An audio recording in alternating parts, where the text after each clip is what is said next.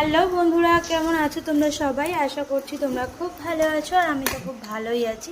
সুজয় হৈমন্তী চ্যানেলে তোমাদেরকে স্বাগত জানিয়ে শুরু করছি আজকে একটা নতুন ব্লগ। তো তোমরা দেখতে থাকো, আশা করছি তোমাদের খুব ভালো লাগবে।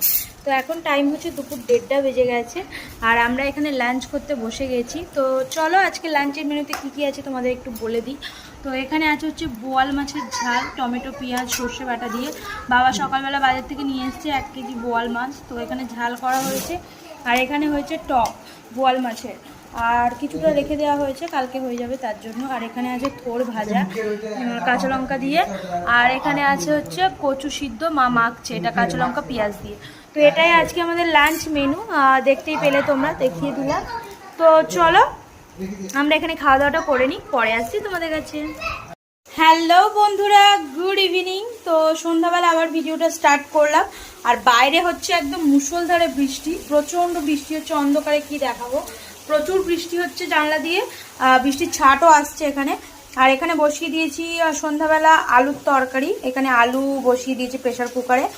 আর এখানে হচ্ছে সোমের ম্যাগি, তো ম্যাগি দিয়ে দিয়েছি, মশলাটা এখনও দেওয়া হয়নি, কেটে দিয়ে দেবো ম্যাগির মধ্যে, তো খেয়ে পড়তে বসবে। আর এখানে পেঁয়াজ টমেটো কেটে নিয়েছি। আর কি বানিয়েছি তোমাদের দেখাই। তো এখানে দেখো পরোটা, তো সবসময় আর ভাত খেতে ভালো লাগে না, তাই জন্য গরম গরম পরোটা করে নিয়েছি।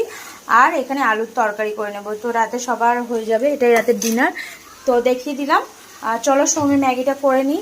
আর দুপুরের পর থেকে ভিডিও আসলে কন্টিনিউ করা হয়নি, কি বলবো, এখন তো প্রতিটা দিনই বৃষ্টি হচ্ছে। আর বন্যা তো চলেই এসছে, সব জায়গায় বন্যা শুনতে পাচ্ছ, আমাদের এদিকেও মানে রাস্তায় প্রচুর জল হয়েছে, দেখাবো তোমাদের, কালকেই দেখাবো। তো চলো করে নিই এগুলো। হ্যালো বন্ধুরা, গুড মর্নিং। তো এখন টাইম হচ্ছে সকাল 8টা বেজে গেছে আর ঘুম থেকেই মাত্র উঠলাম। কালকে রাতে তো মানে ভিডিও কমপ্লিট করা হয়নি। আর কি বলবো, আমার না প্রচুর ঠান্ডা লেগে গেছে, শরীরটাও খুব মানে ভালো নেই। সোমেরও একই অবস্থা। তো সোম উঠে এসো। তো সোমের হোমওয়ার্কটা কমপ্লিট করাচ্ছি। আর সোমের তো পরীক্ষা হয়ে গেছে, তোমরা তো জানোই। ও স্কুলে 6 দিন ছুটি আছে, তো একদিন স্কুল নেই, ওর স্কুল নেই, দিয়ে ঘুমটা একটু দেরিতেই ভাঙছে আর কি। তো যাই হোক, কি বলবো, আমার শরীর কিন্তু খুব খারাপ আর মাথায় পুরো চকচকে করে তেল মাখা, দেখতেই পাচ্ছ এই দেখো।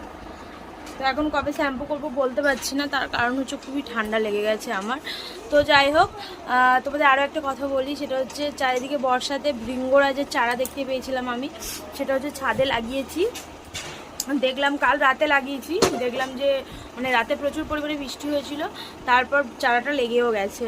তো চারা লাগানোর একটাই কারণ হচ্ছে ভৃঙ্গরাজ চুলের জন্য খুব ভালো, তোমরাও জানো আমিও জানি। তো সেই ভৃঙ্গরাজের চারা লাগিয়েছি, যার কারণ অনেক যাতে চারা বেরোয়, তার থেকে চুলে পেস্ট বানিয়ে লাগানো। তারপর ওই ভৃঙ্গরাজের চারা তোমরা কেউ মানে পাতা কেউ খেতেও পারো, সকালে খালি পেটে খাওয়া কিন্তু খুব ভালো। আর একটা কথা সবসময় মনে রাখা উচিত, যেটা হচ্ছে শুধু লাগালেই কিন্তু চুল ভালো হবে এমনটাই নয়, দু একটা পাতা খেতেও হবে, মানে শরীরের মধ্যে গেলে তবে তো চুলের গ্রোথটা আসবে। তো এটা আমিও জানলাম, আমি জানতাম না, তো জানলাম, আজ থেকে আমিও স্টার্ট করে দিয়েছি একটা করে খালি পেটে ভৃঙ্গরাজের পাতা খাওয়া। তো তোমরাও চাইলে অবশ্যই খেতে পারো, চুলের জন্য কিন্তু খুব ভালো, ভিতর থেকে চুল গজাতে হেল্প করে। তো আর সঙ্গে বাইরে মানে লাগাবে চুলের মধ্যে ওই পাতার রস বা কিছু, যা কিছু পেস্ট বানিয়ে যা কিছু তো করতে পারো। তো যাই হোক, এখন আমি সোমকে পরিয়ে নিই আর তোমরাও ভিডিওটা দেখতে চলে এলাম এখন ছাদে। আর চারিদিকে কিন্তু হনুমান এসছে, পাপ্পু ওই জন্য দৌড়ে দৌড়ে বেড়াচ্ছে ছাদে।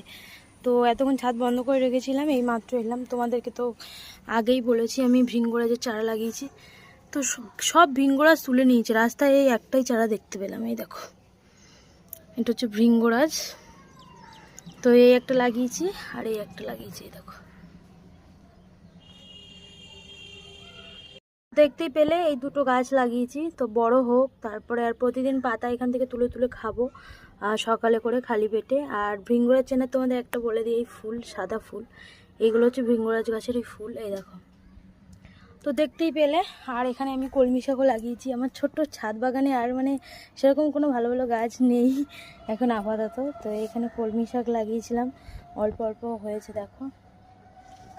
আর অপরাজিতা গাছটাও ভালো হয়েছে। আর একটা গাছ লাগিয়েছি, দেখো, কালমেঘ গাছ। এই গাছগুলো কিন্তু বাড়িতে থাকা ভালো, মানে টুকটাক কোনো দরকারে ফরকারে লাগে। এই দেখো কালমেঘ গাছটাও সুন্দর বেশ হয়েছে, অনেকদিন আগেই লাগিয়েছিলাম, ওই জন্য বেশ ঝাঁকুমুকো হয়েছে গাছটা। আর ওখানে একটা তুলসী গাছ লাগানো, বেশ এইরকমই। আর কোনো সেরকম ভালো ভালো গাছ নেই কিন্তু আমার ছাদ বাগানে আপাতত। আর হনুমান কিন্তু দেখতে পাচ্ছি না, এই মাত্র আমাদের ছাদের এখানে বসেছিল, এখন আর দেখতে পাচ্ছি না। তো চলো আজকের ভিডিওটা কিন্তু এখানেই এন্ড করছি।